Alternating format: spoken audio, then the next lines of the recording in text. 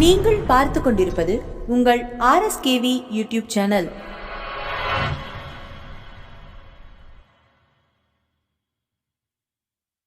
உங்கள் அனைவருக்கும் எங்கள் RSKV டிவி சேனலின் அன்பு வணக்கங்கள்.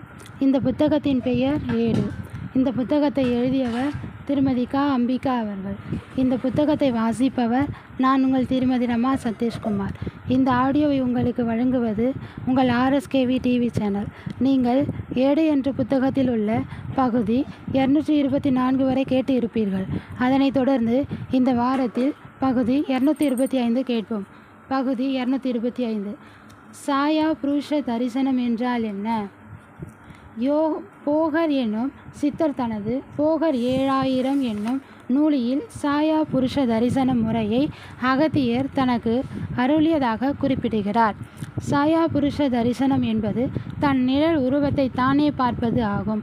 அது எப்படி என்றால், பூமியில் மேடு பள்ளம் இல்லாத சமதரையில் காலை 8 மணி முதல் 9 மணிக்குள்ளாக தனது நிழலை பார்த்தவாறு நிற்க வேண்டும்.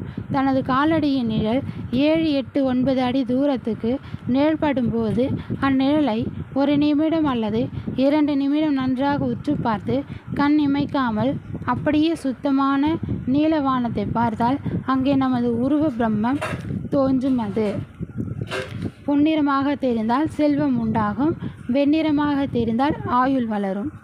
அந்த உருவத்தில் கை கால் தலை தெரியாதிருந்தால் மரணம் ஏற்படும்.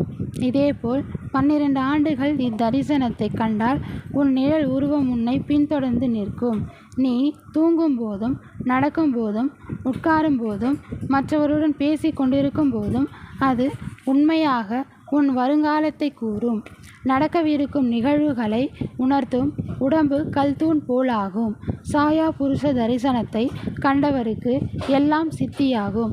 அஷ்டமா சித்திகளை அடைவதில் ஐயமில்லை. இது சித்தர்களுக்கே உரிய சித்து விளையாட்டாகும்.